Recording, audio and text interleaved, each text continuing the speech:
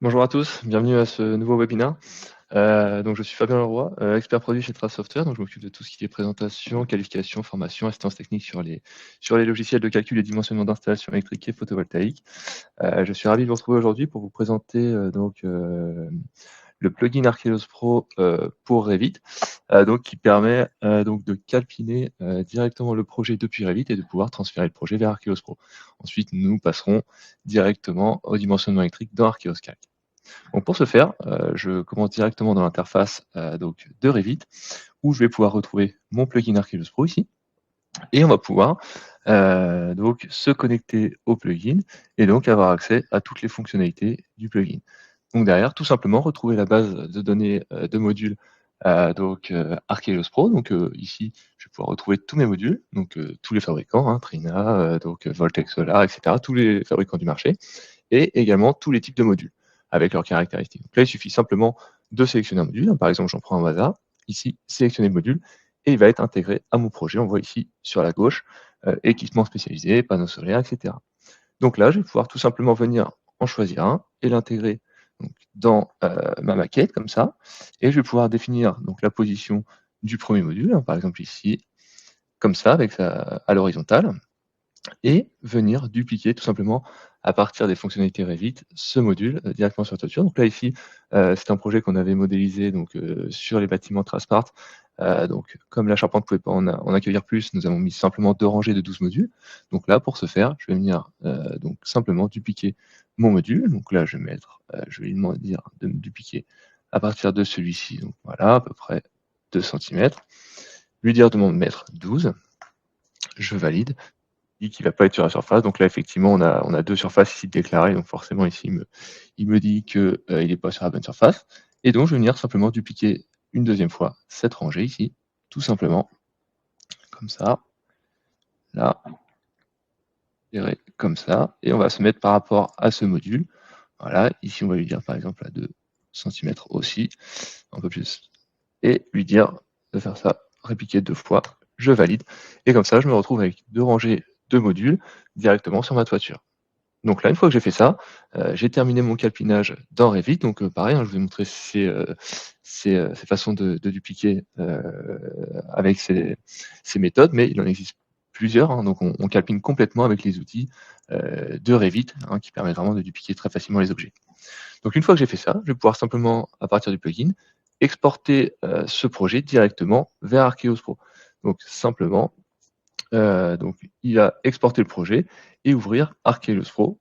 Donc l'interface Archelos Pro telle qu'on peut la connaître, hein.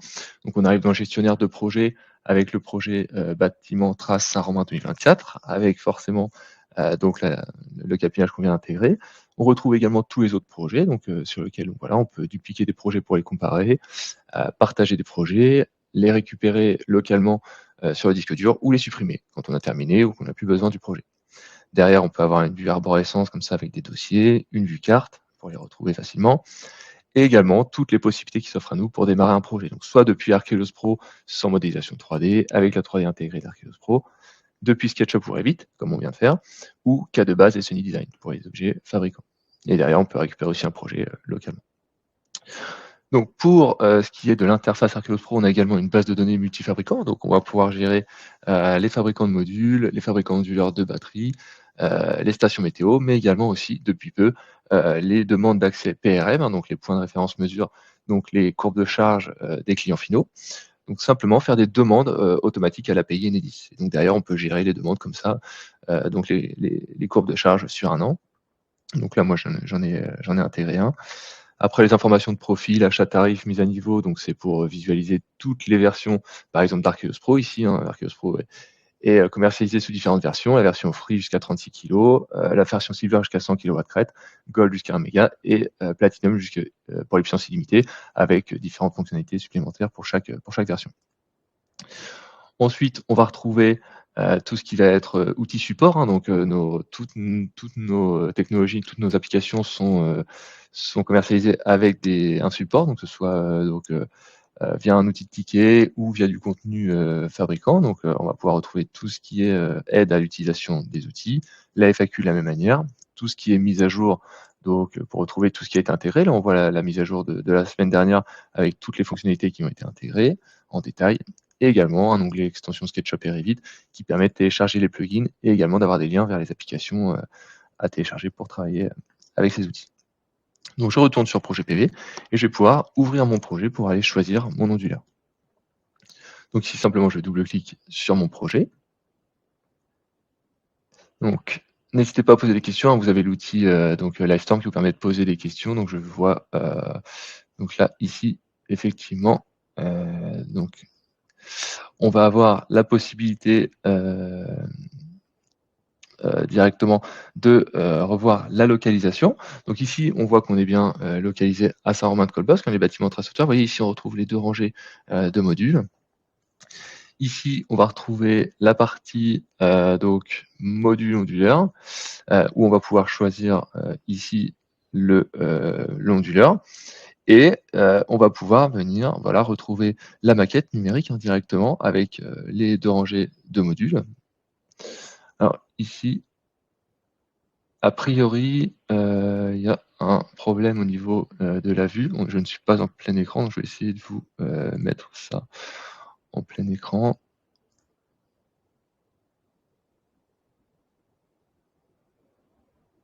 Voilà, OK. Donc, hop. Donc là, normalement, vous devez être en plein écran.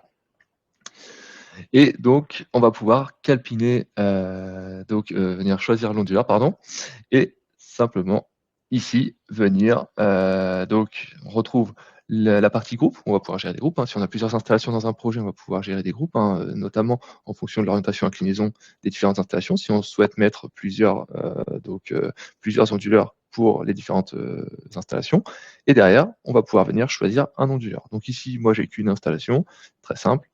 On va pouvoir venir chercher un onduleur. Donc derrière, ici, choisir, donc on retrouve la configuration qu'on avait intégrée, donc les Trina Solar 300 watts, j'en ai 24, pour une puissance totale de 7,2 kW crête. Et là maintenant, on va pouvoir lui demander dans la partie basse ici, de nous proposer les onduleurs, donc en choisissant un minima le fabricant avec lequel on va travailler, donc on retrouve tous les fabricants du marché également. Donc là, si je reste sur du SMA par exemple, on va retrouver de nombreux filtres ici qui nous permettent vraiment de choisir ce que l'on souhaite faire. Donc, soit choisir le type de connexion monophasé, triphasé, triphasé plus neutre, la tension de sortie de l'onduleur, un multiple d'un certain nombre de modules pour donc les chaînes, et également filtrer sur le nom, la puissance, longueur de chaîne. Donc tout ce qu'on, si on veut vraiment personnaliser le choix de l'onduleur, il suffit de renseigner ces filtres pour avoir des références orientées vers nos choix personnalisés. Donc là, je vais lui demander de suggérer les onduleurs et configurations valides. Et là, lui va me proposer toutes les références compatibles avec donc les filtres qu'on a renseignés. Donc là, moi, j'en ai mis aucun quasiment, donc il va tout me proposer. Et également, un rappel sur la plage ratio puissance onduleur sur puissance crête. Là, je lui ai demandé de me proposer que des configurations avec des ratios compris entre 85% et 105%, c'est-à-dire qu'à 85%, donc l'onduleur, si le groupe photovoltaïque fournit le maximum de sa puissance, alors l'onduleur ne sera pas capable de restituer tout. Et au-delà de 100%, ça veut dire qu'on est surdimensionné et que l'onduleur permet vraiment de produire plus que ce que le groupe photovoltaïque peut fournir. Donc derrière ça, c'est pour donc là, le choix onduleur. Donc pareil pour les micro-onduleurs, hein. Si je prends un fabricant de micro-onduleurs, là par exemple en phase énergie, il va me proposer toutes les configurations. Donc là ici, directement une configuration avec 24 micro-onduleurs pour les 24 modules. Et pour les optimiseurs, ce sera une configuration manuelle directement en saisissant la configuration fournie par les logiciels fabricants. Donc là, si je retourne sur un onduleur donc stationnaire, donc ici, lui il me propose un SMC 7000 HV en premier. Donc là, ici, on retrouve 2 chaînes de 12 modules. Pareil, hein, ici on continue. Pareil avec le SMC 6000A. Donc là, moi, si je prends le premier, donc lui vous proposera une configuration avec le moins d'onduleurs par défaut. Et on va pouvoir faire valider la configuration une fois qu'on a choisi notre onduleur. Donc là, on retrouve ici la configuration, les 24 modules, l'onduleur, très détaillé. Et on va pouvoir passer au câblage. Donc on peut réaliser le câblage des chaînes dans Archeos Pro. Et tout simplement, je vais venir sélectionner ici câblage des modules et venir ici choisir à partir de quel module je veux câbler. Donc ici, on va pouvoir donc cliquer sur le premier module et là, on va voir que si je vais vers la droite, il me propose un câblage à l'horizontale, vers le haut, un câblage à la verticale et je vais pouvoir comme ça, choisir, hein, vraiment ce que je veux faire. Après, on a différents modes de câblage. Là, j'étais en S. On voit qu'il change de direction dès qu'il n'y a plus de module. On peut choisir également le bloc 1, par exemple. Le bloc 1, c'est-à-dire qu'il va faire des câblages en ligne directement. Donc là, le câblage en S avec 12 modules par chaîne correspond à un câblage en ligne quasiment. Après, on peut faire des câblages ajustables de modules, hein. Par exemple, ici, on peut lui dire aussi qu'on veut faire câblage de 6 par 2, comme ça. Et là, vous voyez, directement, il va me proposer un câblage de cette manière-là. On peut vraiment choisir, personnaliser ce qu'on souhaite faire. Donc là, par exemple, si je choisis celui-là, je fais un double clic pour valider. Et donc là, maintenant, je peux visualiser les chaînes par groupe. Donc là, on voit qu'on n'a qu'un seul onduleur, qu'un groupe. Voilà, on peut vraiment tout sélectionner et on peut également faire donc un calcul d'irradiation. Donc là, par exemple, si on choisit voilà, de réduire ici donc l'affichage ici, voilà, et lui demander de calculer l'irradiation. Donc là, on n'a pas les ombrages proches, hein, les arbres et l'environnement n'a pas été modélisé, mais si on l'avait ici, on peut prendre en compte justement ces ombrages. Donc on va voir si est-ce que ce bâtiment-là peut nous faire de l'ombrage. Là, si on limite un peu plus au niveau du mine. Voilà. Ici, on voit que en réduisant la plage de tolérance, ici, on voit que la partie en bas à droite, ici, va pâtir de l'ombrage du bâtiment. Et donc, on retrouve bien l'ombrage sur notre champ photovoltaïque. On sait qu'ici, on produira un peu moins à droite que sur la gauche. Donc voilà. Nouvelle fonctionnalité aussi depuis la semaine dernière, c'est qu'on peut enregistrer des vues pour les intégrer dans le rapport. Donc ici, là, je vois que par exemple, cette information-là peut être intéressante dans mon rapport dimensionnement. Je vais pouvoir faire un aperçu de cette image et venir choisir ici le petit appareil pour prendre une capture d'écran. Donc, je sélectionne.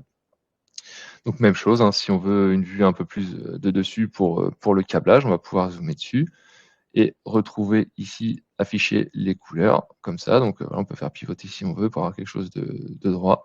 Et on va pouvoir venir voilà, zoomer sur la vue et l'ajouter en capture d'écran. On verra après ce qu'on en fera dans la suite du projet. Donc une fois qu'on a fait ça, on va pouvoir maintenant passer à l'étude du calcul de productible, à l'analyse. Je passe dans production et je fais calculer production et sauver. Donc ici, on voit qu'une fois qu'on a lancé le calcul, on va retrouver les résultats sur la première année de productible avec le P50, le P90, hein, issus des paramètres qu'on a renseignés. Pareil pour les valeurs moyennes sur la durée d'observation. Donc là, on a vu qu'on était sur 20 ans. On le retrouve ici sur ce graphique avec la production AC année après année, qu'on peut également exporter en CSV. Donc que ce soit production année après année, la production mensuelle donc sur une année, et également la production horaire, donc au niveau de la production photovoltaïque. Donc sur la partie inférieure, on retrouve le détail des pertes et des gains, donc par rapport au masque lointain, masque proche. On va retrouver tout ce qui est donc gains bifaciaux, les pertes liées au module, l'IAM, le LID, l'encrassement, la tolérance, tout ce qui est dispersion caractéristique, le vieillissement module. Donc tout ça, on va le retrouver également dans les paramètres, on va y aller tout de suite. Et tout ce qui est perte système, donc cap DC, AC, les pertes ondulaires. Et également, ici, on a un focus sur l'écrêtage pour visualiser voilà, les pertes par écrêtage. Donc là, on voit qu'on avait pris un onduleur qui était un petit peu surdimensionné. On avait un onduleur 7 kg, donc ça correspondait à ce qu'on avait renseigné. Donc pas d'écrêtage de prévu, ou très très peu. Là, on voit ici très peu d'écrêtage. Donc on voit, ça fait quasiment 0 sur la première année. Donc effectivement, on peut le voir année après année. Donc là, on voit que on a très peu là, on est à 0,016% d'écrêtage, donc vraiment rien. Donc là, après, à voir si au niveau de la rentabilité, on est mieux avec à ne pas avoir d'écrêtage ou en prévoir un petit peu. Donc ça, c'est une autre analyse. Et derrière, donc tous ces calculs peuvent être justifiés et retrouvés par rapport aux paramètres ici. Donc ici, on retrouve les paramètres de simulation, donc l'albédo, hein, donc le réfléchissement au niveau de l'environnement du projet, tout ce qui est perte dans les câbles AC et DC. Donc là, c'est une estimation, hein, vu qu'on ne connaît pas les sections et les longueurs à ce niveau-là, c'est vraiment une estimation. Tout ce qui est période d'observation, donc là, on peut partir sur 10, 20, 30, 40 ans. L'outil sait gérer toutes les périodes. Le coefficient d'empreinte carbone, donc pour calculer, simuler les émissions évitées. Et après, tout ce qui est paramètres modules, donc comme on a vu tout à l'heure, le détail des pertes est vraiment issu de ces paramètres. Donc voilà, tout ça, ça peut être personnalisable en fonction de votre retour d'expérience sur vos projets. Par exemple, ici, si on a prévu sur le projet d'être en surimposition, donc si on est complètement intégré à la toiture, on va être à 0. Mais là, si on est en surimposition, qu'on a laissé par exemple 15 cm, on va pouvoir passer à 85% au niveau du paramètre de ventilation pour avoir des gains de production. Au niveau, donc on va retrouver tout ce qui est paramètres bifaciaux. Donc là, nous, on n'a pas de bifacial, donc pas d'intérêt. Donc là, tout ça, c'est vraiment pour affiner donc les résultats et aussi, par exemple, là, pour les onduleurs, choisir la puissance onduleur sur puissance crête pour le choix des onduleurs, la plage de température, le facteur de puissance. Là, donc on peut régler le facteur de puissance qui a été réglé sur place. Donc là, par exemple, passer à 0,94. Et tout ce qui est paramètres du système. Donc là, par exemple, si on est sur une tension 1500 volts, on va pouvoir le gérer ici pour que les bonnes configurations nous soient proposées dans le choix de l'onduleur. Disponibilité du système, donc là pareil, si on veut, si on sait qu'on a très peu de chances d'avoir des périodes d'arrêt, donc là on peut passer à 99,5 par exemple. Et on peut aussi renseigner un bridage statique de la production, donc si on est limité en termes de réinjection, on va pouvoir paramétrer cette puissance ici pour justement calculer les pertes de production. Derrière, on a également les P90 paramètres de probabilité. Donc, ce que je vous dis, on a le P50, donc le productible moyen, et le P90 qui est issu justement de ces réglages d'incertitude sur le gisement solaire, l'incertitude de modélisation, perte d'encrassement, disponibilité du système, etc. Derrière, des préférences d'affichage, donc là, c'est plus pour le confort. Je vais sauver les paramètres et je vais pouvoir aller voir un petit peu donc la différence sur mon projet. Donc là, je vais faire calculer tout le projet est sauvé. Donc là, on était à 1058 kWh par kW crête. Avec les changements des paramètres, là on passe donc à 1089 kWh par kW crête. Donc voilà, chaque changement a une incidence sur le projet. Et donc une fois qu'on connaît notre production, on va pouvoir passer à la partie autoconsommation. Et là pareil, donc là le dimensionnement de pompage plutôt pour la zone Afrique. L'autoconsommation, on va être sur différentes possibilités. Maintenant, depuis peu, on a pas mal d'outils qui nous permettent d'être plus précis dans l'import de profil. Donc on va retrouver tout ce qui est ajout d'appareil au profil. Là, par exemple, si on sait exactement ce qu'on souhaite renseigner, on va pouvoir ajouter un appareil manuellement. Donc là, renseigner la puissance de l'équipement. Par exemple, c'est un équipement de 500 kW, pour exemple. Si je fais mise à jour du tableau, là, on passe donc à une consommation totale de 4 380 000 kWh par an. Donc ça, c'est parce qu'il part du principe que l'équipement fonctionne 100% du temps sur l'année. Donc derrière, on peut aller éditer ça soit mensuellement, si on a les données du client final, on peut renseigner mensuellement la consommation et ça va être mis à jour directement. Donc soit saisir la valeur ou renseigner directement sur le graphique mois par mois comme ça. Et si je fais valider, ici, je vais avoir ma consommation totale qui va changer. Et après, on va pouvoir également éditer donc le profil horaire, donc ça, journée par journée. Ici, venir, pareil, de la même manière, changer les valeurs, donc que ce soit sur la journée, en pourcentage de fonctionnement de l'équipement qu'on a renseigné. Et donc, à chaque fois, tout ça va avoir une incidence. Donc là, on était à 100% partout ici. Là, si on valide, on revient à 562 000 kWh par an. Et donc, de la même manière, on peut gérer différentes périodes.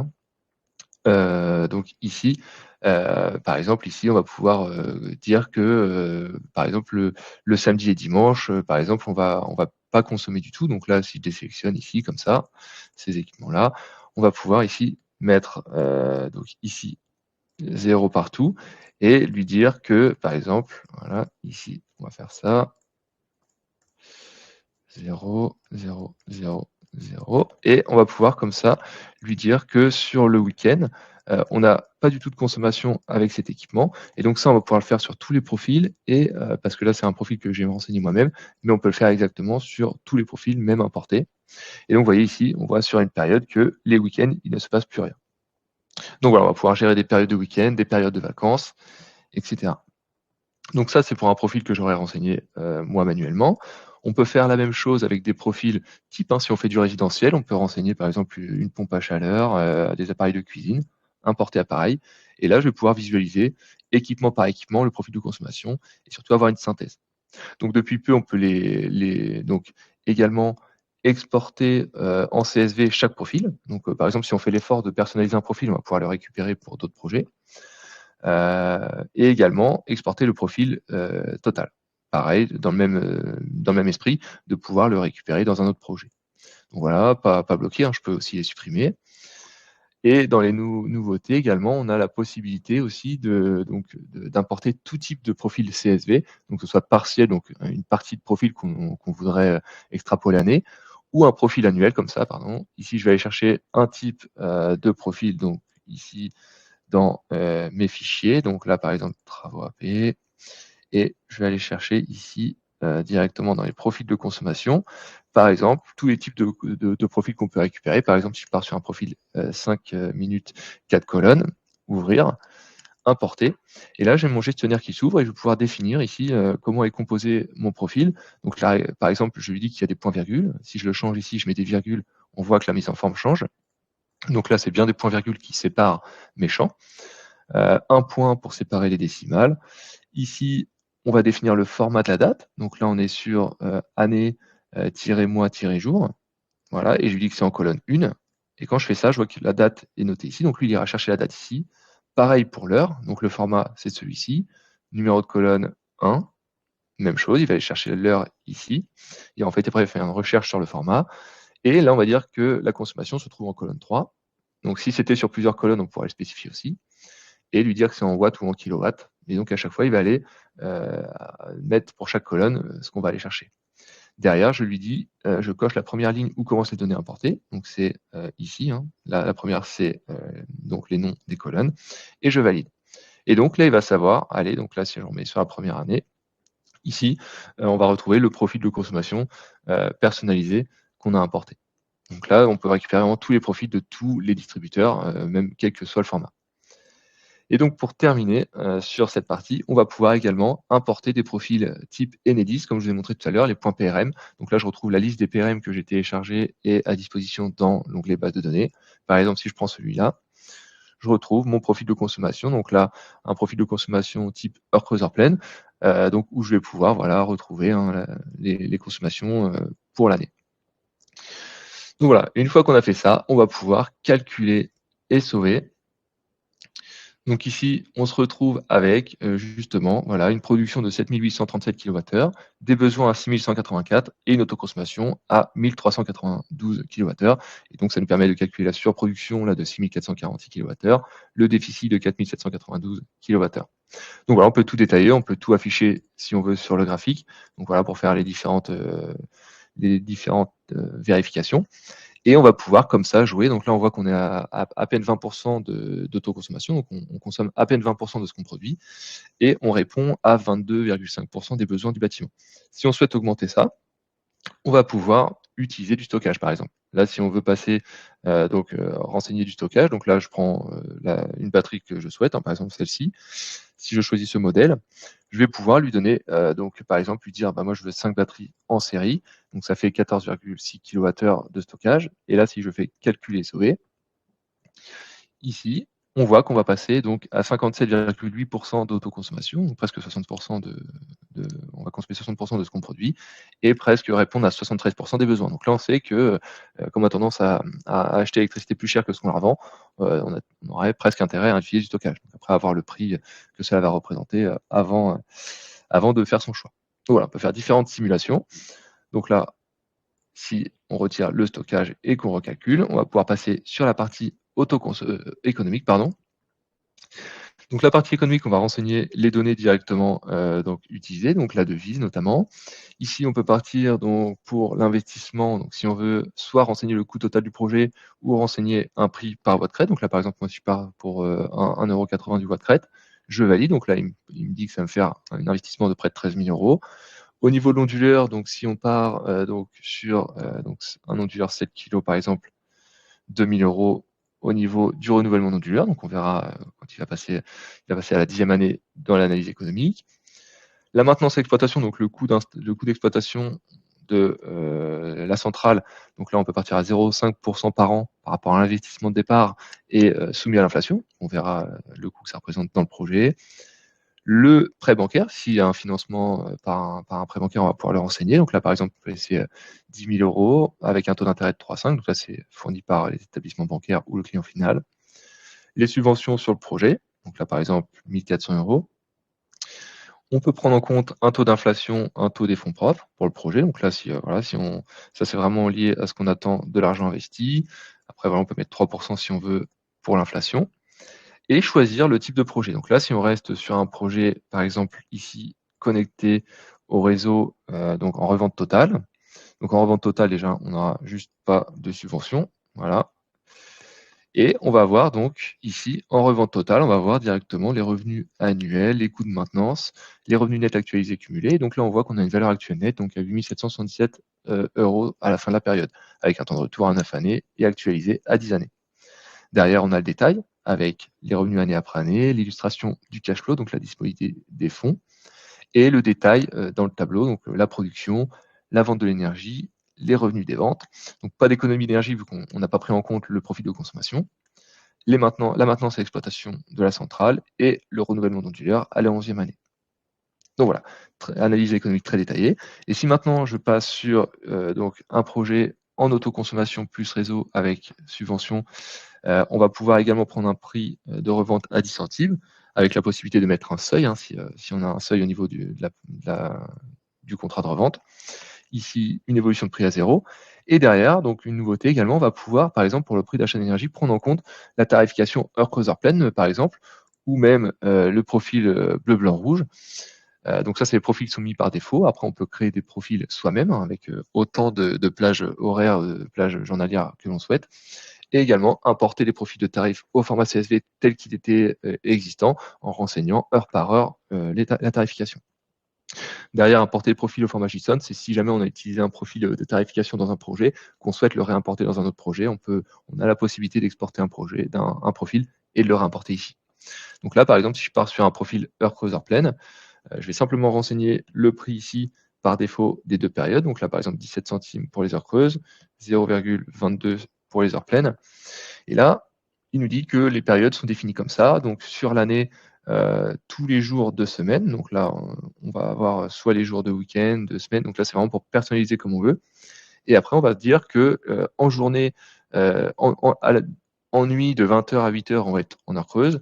Et de 8h à 20h, on va être en heure pleine. Donc la tarification va suivre. Et là, si on regarde, pareil, sur le graphique ici, on va retrouver exactement cette tarification, donc 22 centimes en journée et 17 centimes la nuit, avec possibilité, comme je vous disais, d'exporter ce projet pour le réimporter en JSON dans d'autres projets. Je valide, et donc là, lui va partir sur un prix moyen sur la période et prendre en compte chaque heure la tarification qu'on a renseignée ici. Je fais calculer les résultats économiques et sauvés. Et donc là, on voit que dans cette configuration, on va passer sur un temps de retour à 15 années. Donc après, à voir sur quel levier on peut jouer pour avoir une rentabilité plus importante.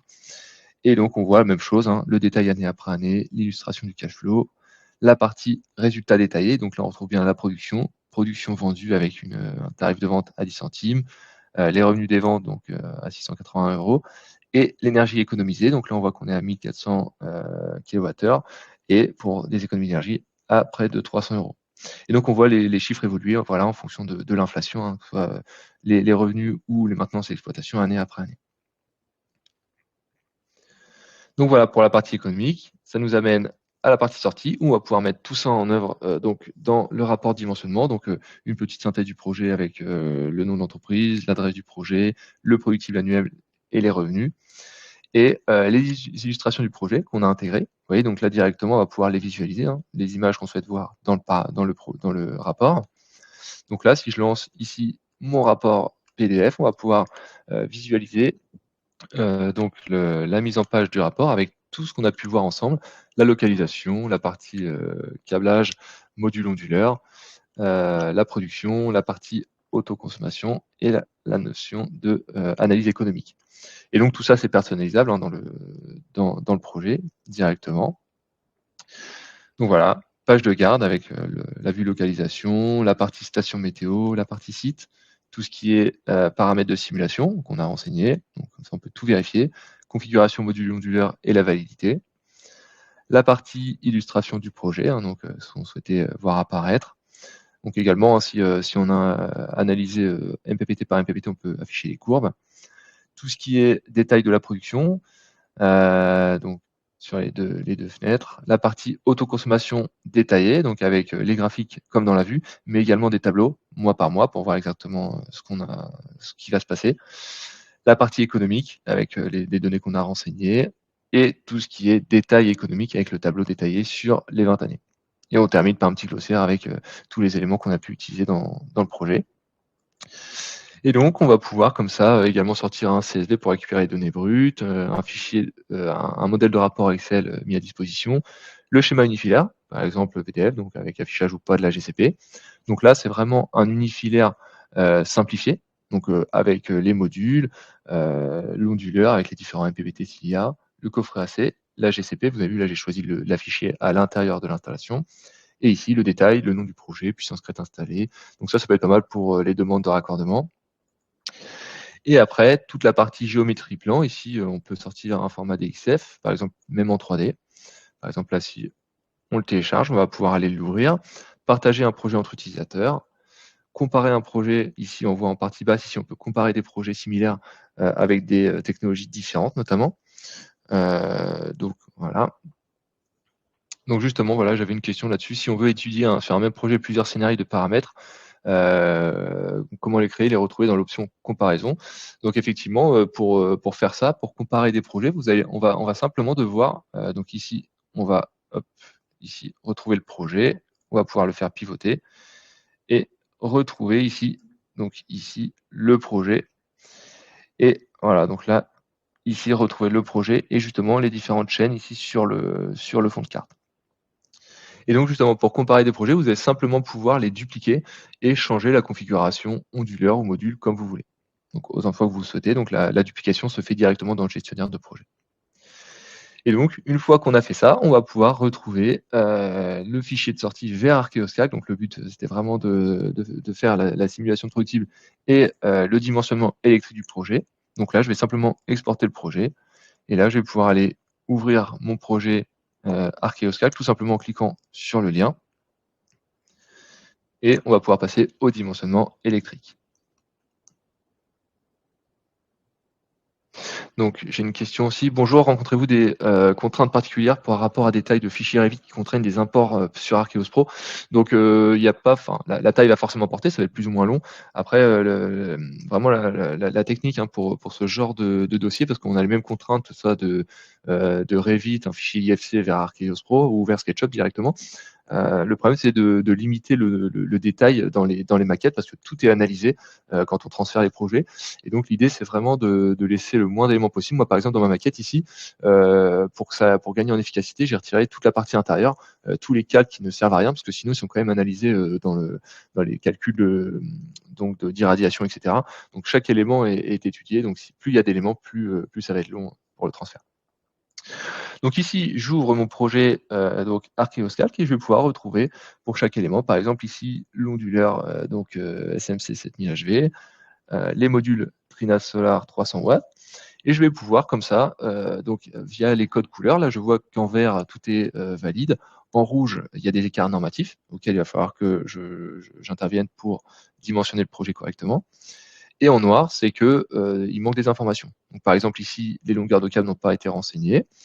Donc, on va prendre les éléments un par un et je vais suivre les indications du logiciel ici, dans la partie basse à droite. Donc là, en rouge, parafoudre obligatoire entre générateur et l'onduleur. Donc ça dépend forcément la norme qu'on a choisie au projet.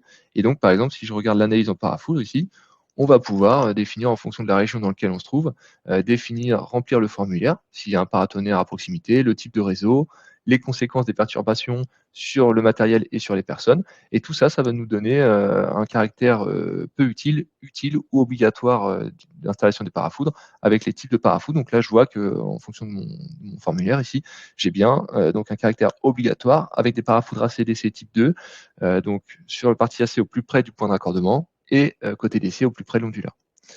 Donc là, on va suivre cette indication et on va aller mettre un parafoudre au plus près de l'onduleur, pardon. Donc là, pour ça, je vais sélectionner ici, donc soit je sélectionne les deux éléments comme ça, pour aller plus vite. Je lui dis que je souhaite intégrer un parafoudre et venir chercher une référence. Hop.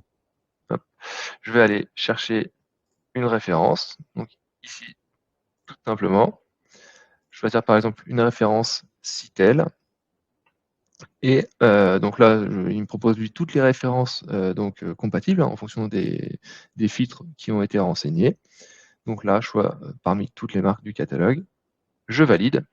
Et donc, au fur et à mesure, en temps réel, ça se met à jour. Vous voyez ici, par exemple, les câbles sont passés en noir. Comme j'ai ajouté un composant, je vais forcément avoir un câble entre mon parafoudre et l'onduleur. Donc là, on va simplement aller renseigner la longueur, ici, 0,5, 150 cm, et venir définir ici. Donc là, il nous dit tension assignée du câble insuffisante, section de câble insuffisante, section mini 4 carrés. Donc là, si je regarde, si je prends un câble par un câble, on voit qu'en fonction du mode de pose qu'on a sélectionné ici, on va avoir donc un coefficient de déclassement à 0,4 et qui est évolutif en fonction de ce qu'on va choisir. Par exemple, si je passe par exemple sur du câble en mode de pose 13, ici on voit que le coefficient de déclassement est passé à 0,58.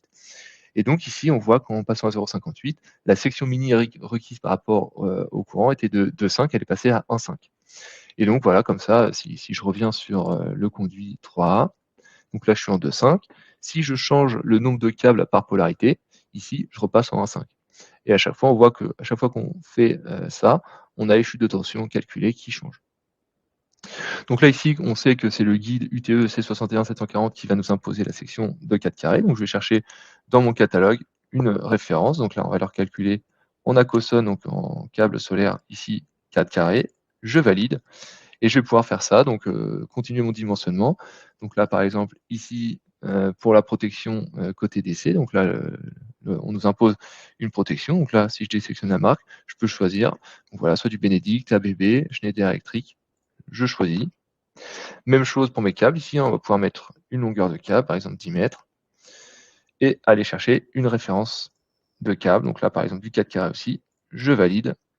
Donc là, on voit que mon câble n'a pas été donc renseigné. Je peux venir ici faire simplement un copier-coller du MPPT, et donc de l'entrée, pardon. Et donc, on va pouvoir dupliquer la configuration. Je continue mon dimensionnement. Ici, sur l'onduleur, on nous dit parafoudre obligatoire entre l'onduleur et le réseau de distribution. Longueur d'antenne saisie est incohérent. Donc là, forcément, on avait des longueurs de câble déjà au moins de 10,50 m. Donc là, je peux mettre 20 mètres si je veux. Donc là, ça peut nécessiter justement d'intégrer plus de parafoudre si la longueur d'antenne est trop élevée. On va continuer le dimensionnement. Seuil différentiel 30 mm non respecté entre le réseau et l'onduleur. Donc ici, on va venir sélectionner ici, donc là, un sectionneur d'isolement réseau. Donc j'active un composant, il passe en rouge, il n'est pas dimensionné, il n'est pas renseigné. Je vais lui dire que je souhaite mettre un disjoncteur avec un dispositif différentiel et venir chercher une référence dans mon catalogue. C'est très simple à chaque fois. Activation, mise en référence. Donc là, je vais désélectionner la marque. En ABB, j'ai pas de référence. Et je vais pouvoir venir choisir. Par exemple, il me propose du Schint, Eaton, General Electric. Voilà, par exemple, moi, si je veux un Legrand, je peux choisir un Legrand. Ici, cette référence 407 787 DX3 6000 avec un différentiel de 30 mA. Et donc, je valide ma référence comme ça. Donc, en ayant mis un composant, je dois mettre une référence de câble ici. Donc là, par exemple, 2 mètres. Et venir, donc là, il me dit que j'ai une section imposée, une section minimale de 10 carrés aux bornes de la GCP. Donc ça, c'est le guide C15712 qui nous l'impose. Donc on va aller chercher cette référence. Fabricant. Et pareil, donc on va chercher une référence donc en valeur calculée, toujours 10 carrés. Et par exemple, on va prendre du Nexan 8000 R2V3 G10. Je valide. Même chose pour le câble ici. Donc là, on va lui renseigner une longueur, 5 mètres. Donc là, il nous dit que le mini, c'est du 4 carrés. On va pouvoir aller renseigner. Donc là, on voit qu'on a des problèmes de chute de tension, comme on n'a pas encore choisi le câble. On va aller lui demander de nous sortir du câble. Donc là, par exemple, 8000 R2V. Je valide. Et donc, ici, on va pouvoir aller maintenant voir. Donc là, ici, parafoudre obligatoire entre le réseau de distribution et l'onduleur. Donc ici, on va aller chercher un parafoudre. Donc ici, là, on me dit, vous avez mis 2 disjoncteurs. Donc effectivement, ici, j'avais mon disjoncteur de raccordement, donc qui était avec un dispositif différentiel de 500 mA. Donc c'est le disjoncteur de branchement. Donc là, moi, j'ai mis vraiment un sectionneur d'isolement pour avoir un différentiel 30 mA. Ici, parafoudrage GCP.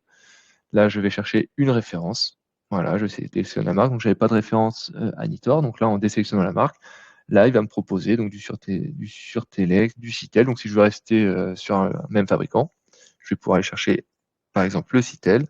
Là, il reste noir. Donc là, il me dit protection de parafoudre non enseignée. Donc là, le fabricant donc, nous impose de mettre une protection sur ce parafoudre. Donc, on va aller en chercher une. Par exemple, du Legrand. On n'avait jamais du Legrand tout à l'heure. Je valide. Et donc là, on passe au vert sur toute la partie AC. Et on va retrouver ici toujours une anomalie. l'onduleur doit être conforme à la norme CU 6209. Donc là, on voit que donc, dans la référence choisie, celui-ci n'est pas conforme. Donc soit c'est une mise à jour de la fiche technique qui a été faite. Donc soit on va créer une référence manuelle pour la renseigner, ou alors on peut aussi justifier, dire que mise à jour fiche technique, OK. Et donc on valide. Comme ça, ici, on passe au vert avec une justification qu'on pourra également retrouver dans le rapport de dimensionnement à fournir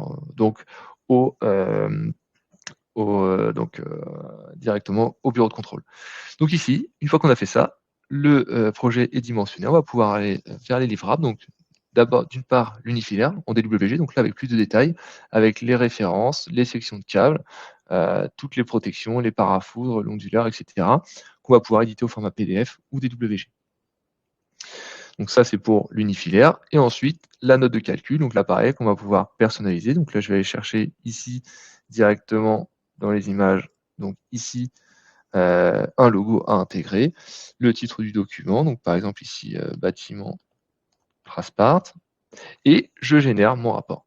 Et donc là, je vais pouvoir retrouver tout ce qui va être titre de mon document, toutes les informations que j'aurais renseignées dans les cartouches.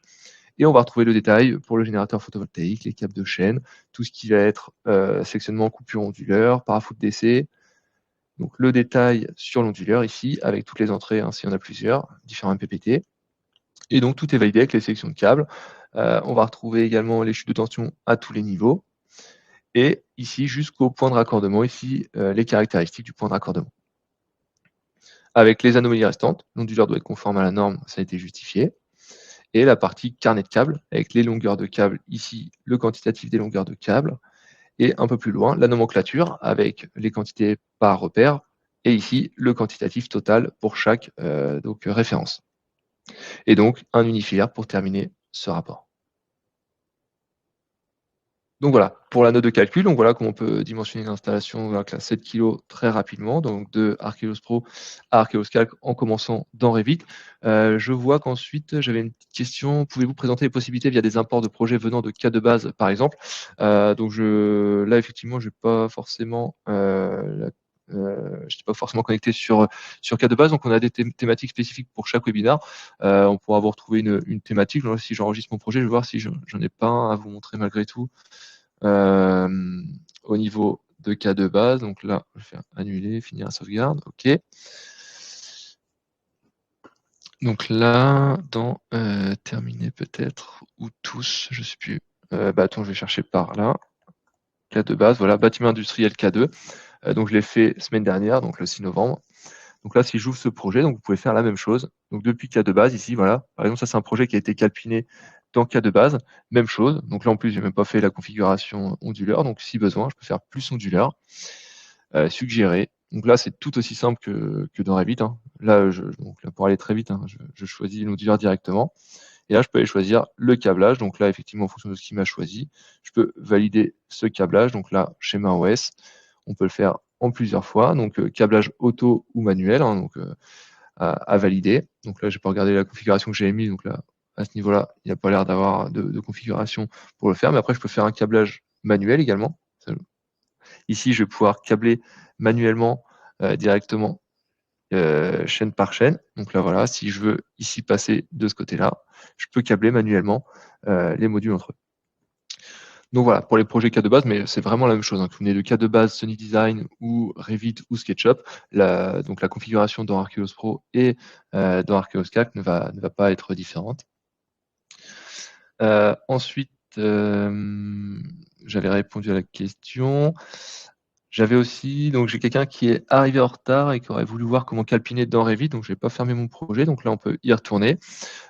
Justement ici pour calpiner, donc le premier module à poser, donc là je peux recommencer, hein, je peux en poser un autre. Donc là par exemple si je veux une seconde partie un peu plus haut, donc ne pas enregistrer, non, annuler. Voilà, ici je peux venir poser mon premier module, donc là je fais donc juste espace pour changer son orientation. Donc là je peux mettre, donc là j'ai mis un autre type de module, donc il fait pas la même taille. Je pose mon premier module et je vais pouvoir comme ça revenir dessus, donc là faire par exemple échappe et venir utiliser les fonctionnalités Revit ici pour dupliquer mon module, donc utiliser la fonctionnalité réseau. Donc là, il y a plein de façons de calpiner, hein, soit les dupliquer, soit là, moi, j'utilise la fonctionnalité réseau. Donc, je vais mettre à l'extrémité ici, donc là, je vais pivoter un peu, comme ça. Je vais me mettre à l'extrémité de mon panneau et lui dire, voilà, par exemple, se mettre ici à quelques centimètres du premier. Là, je vais lui dire de m'en mettre, par exemple, 13. Je pense que c'est même 14, peut-être qu'il passe. Valider. OK. Et donc là, donc 14, ça passe pas. Donc là, je peux venir supprimer celui-ci. Et on va pouvoir, comme ça, dupliquer après coup directement les ranger directement plusieurs fois, comme je l'ai fait sur la partie basse. Donc là, voilà, moi j'ai utilisé la fonctionnalité réseau, vous pouvez utiliser toutes les fonctionnalités donc Revit pour calpiner. Toujours une question sur K2. En fonction des paramètres enregistrés dans K2 et ensuite importés dans ArcGIS Pro, la 3D est régénérée automatiquement. Oui, tout à fait. Vous avez la possibilité dans K2, ça va même plus loin que ça si vous voulez. Donc ça a été généré directement depuis K2 base. Et donc, si vous voulez aller plus loin et utiliser les fonctionnalités avancées de SketchUp pour modéliser, par exemple, récupérer la 3D map disponible, l'environnement 3D, on peut également recréer un projet SketchUp à partir de ça. Donc, c'est-à-dire qu'en fait, on vous permet de passer de K2 à SketchUp et de SketchUp à ArcGIS Pro pour vraiment améliorer l'environnement 3D de votre projet. Donc voilà, ce qui peut être fait via les différentes interfaces d'ArcGIS Pro et les différents plugins et différentes passerelles entre les outils. Donc voilà, je crois que j'ai fait le tour des questions. J'espère que cette thématique vous a plu. N'hésitez pas, hein, si vous avez d'autres remarques, tous nos services se tiennent à votre disposition pour répondre à toutes vos questions. Donc une nouvelle question est arrivée. Sur SketchUp, on a les mêmes possibilités que Revit, le calpinage des caps par exemple. Alors donc sur SketchUp, on a les mêmes. Donc alors je sais pas comment prendre cette question. Sur SketchUp, il y a un peu plus de fonctionnalités dans le sens où SketchUp c'était initialement le seul modeler 3D pour ArcGIS Pro. Maintenant qu'on a la 3D intégrée, on a effectivement donc plus de possibilités. Maintenant, pour vous montrer un petit peu ce qui est possible de faire dans SketchUp, je vais le démarrer. SketchUp est un peu plus complet. On va pouvoir faire le calpinage dans SketchUp, donc via la même chose que dans la 3D intégrée ArcGIS Pro, pardon. Et on va même pouvoir réaliser le câblage. Donc là, par exemple, si je prends un projet que j'aurais terminé, vous voyez ici, donc là, ça c'est des projets, j'aurais bien voulu peut-être celui-ci, je ne sais pas ce que c'est, un projet où je vais avoir câblé, en fait on peut aller plus loin, on peut réaliser le câblage justement des chaînes, vous voyez, en fait on va installer un onduleur dans ArcGIS Pro, synchronisé vers SketchUp, et dans SketchUp ici, on va pouvoir, non, pas récupérer, on va pouvoir visualiser ici, vous voyez, directement les chemins de câbles, donc les câbles de chaîne en bleu ici, et le chemin de câble en rouge, donc là qu'on voit pas très bien, le chemin de câble en rouge de l'onduleur jusqu'aux chaînes, et le câblage en jaune des câbles de l'onduleur jusqu'aux chaînes. Voilà, ce qui peut être fait dans SketchUp. Et donc, l'une des forces de SketchUp, c'est de pouvoir modéliser la 3D map. Donc, par exemple, ici, si je vais ici, je vais pouvoir importer ici l'environnement 3D du projet. Par exemple, ici, si je fais importer, ici, donc c'est soumis à crédit. Ici, vous voyez, donc là, il m'a réimporté ici. Je vais enlever directement ça pour qu'on y voit plus clair sur notre projet. Voilà. Voilà. Et donc là, ici, vous voyez, il m'a importé l'environnement 3D autour de mon projet en quelques clics. Donc ça, c'est les forces du plugin SketchUp. Donc voilà, chaque plugin permet de faire des choses plus ou moins complètes dans chaque interface. Ensuite, quelle est la liste des marques d'onduleurs et de panneaux paramétrables? Donc là, dans ArcGIS Pro, je ne vous ai pas fait voir, donc on va retrouver directement ici dans base de données ici, on va pouvoir retrouver ici donc tous les fabricants du marché, et vous allez pouvoir également pour chaque technologie, que ce soit les modules onduleurs, intégrer vos propres références manuellement ou nous faire des demandes donc à nos équipes directement. On a un service catalogue contenu qui permet de faire toutes les semaines des mises à jour du catalogue pour répondre à vos besoins. Donc voilà, toutes les marques de modules et d'onduleurs du marché. Donc effectivement, je ne savais pas qu'on avait la possibilité de faire ces choses-là avec la 3D Archeos Pro de base. Donc effectivement, hein, donc là ici, je peux vous ouvrir un projet. Donc je vais directement prendre un projet déjà fait. Par exemple, ici, ombrière de supermarché. Donc on peut tout faire, hein, toiture inclinée, toiture, enfin installation au sol, ombrière, en 3D intégré directement. Donc tout le calpinage directement. Vous voyez, ça a été modélisé directement dans la 3D intégrée d'Archeos Pro. Donc là, par exemple, si je fais modifier le calpinage, ici, je retrouve donc le modeler, donc un modeler en 2D sur lequel on fait des projections. Donc là, on dit que le bâtiment fait 8 mètres avec des acrotères ou pas.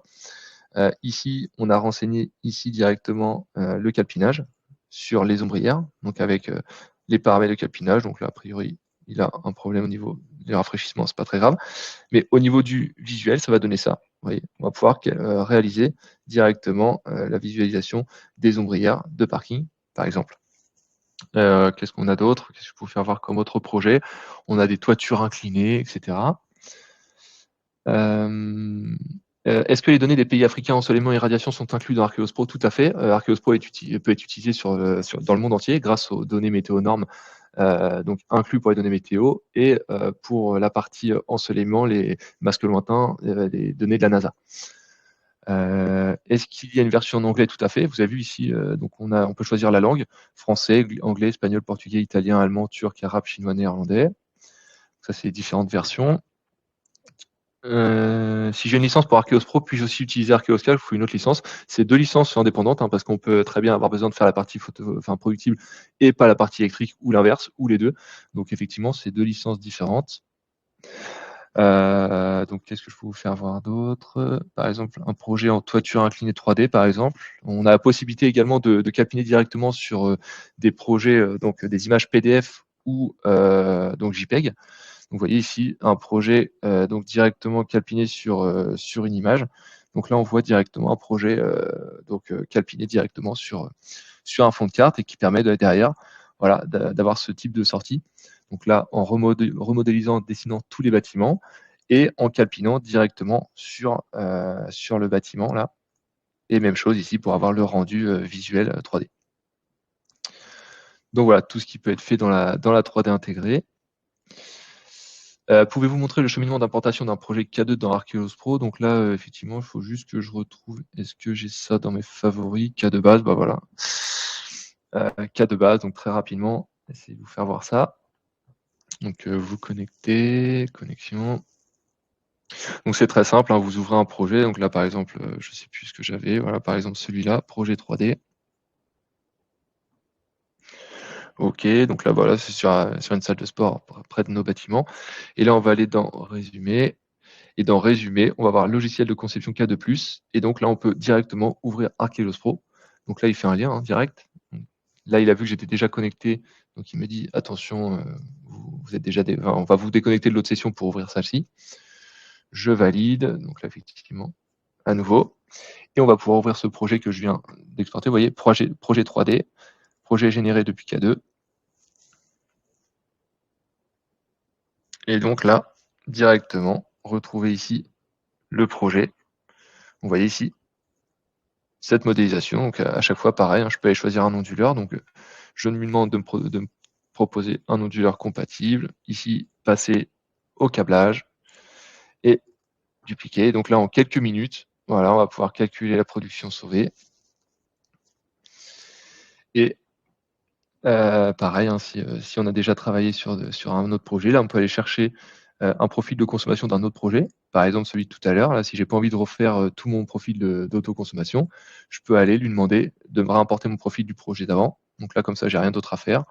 Pareil pour la partie économique. Voilà, sélectionner le projet. Et donc là, OK, je valide. Et donc, vous voyez, en quelques minutes, je peux travailler. Et là, donc là, il me dit que dans mon projet, bon, forcément, la taille du projet ne correspond peut-être pas à l'investissement, donc j'ai une rentabilité très importante. Mais on peut aller très très vite à faire différentes simulations en venant de différentes interfaces. Il y a une indication approximative de la longueur des strings sur la totalité de l'installation. Donc ça sera plutôt, ça vous l'avez si vous passez par SketchUp. Donc là, on calcule vraiment la longueur de câble. Comment est-on sûr que la production électrique n'est pas surestimée? Donc ça, c'est vraiment lié, donc directement au calcul qui est fait, dans la partie, donc ici détail.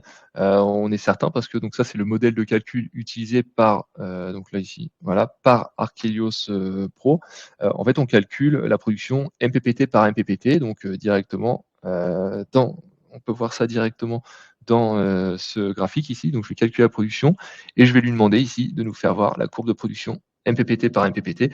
Donc là, on sait jour par jour, heure par heure, exactement la production par MPPT. Donc on sait calculer les pertes par MPPT. Donc c'est comme ça qu'on peut être sûr du calcul de la production électrique. Ensuite, l'outil fait-il pour des gros projets, achetés? Oui, tout à fait, on n'a aucune limitation en termes dans la version illimitée forcément de Platinum. On n'a pas de limitation, donc derrière, c'est forcément les temps de calcul vont être un peu plus longs, mais derrière, tout type de projets peuvent être gérés et derrière, vous avez, pareil dans Archeoscac la possibilité, d'ajouter justement, en option le module acheté pour les raccordements un peu plus importants. Est-ce que sur Calc, les parafoudres intégrés dans les onduleurs, sont pris en charge? Donc là, effectivement, pas en automatique, actuellement. Vous pouvez simplement, par exemple, dire ici, par exemple, si je désactive ici, il va me dire qu'il faut des parafoudres. Ici, parafoudre obligatoire entre le générateur et l'onduleur. Donc soit, ici, vous les activez comme ça. Donc là, il vous dit qu'il n'y en a pas et après vous pouvez, soit ça et mettre les caractéristiques des parafoudres des onduleurs, directement, à ce niveau-là ou directement ici dire, justifier, voilà, ici, parafoudre, voilà, parafoudre intégrée à l'onduleur. Et donc dans ce cas-là, ici, vous allez avoir la possibilité justement de justifier comme ça, on ne posera plus de questions par rapport aux parafoudres. Et donc là, ça renverra au bureau de contrôle d'aller vérifier, les caractéristiques des parafoudres de l'onduleur. Voilà, nous arrivons au terme de cette, présentation. Nous avons répondu à toutes les questions. Donc j'espère que vous avez passé un bon moment et je vous souhaite une très belle journée et je vous dis à bientôt pour un prochain rendez-vous webinaire. Merci, au revoir.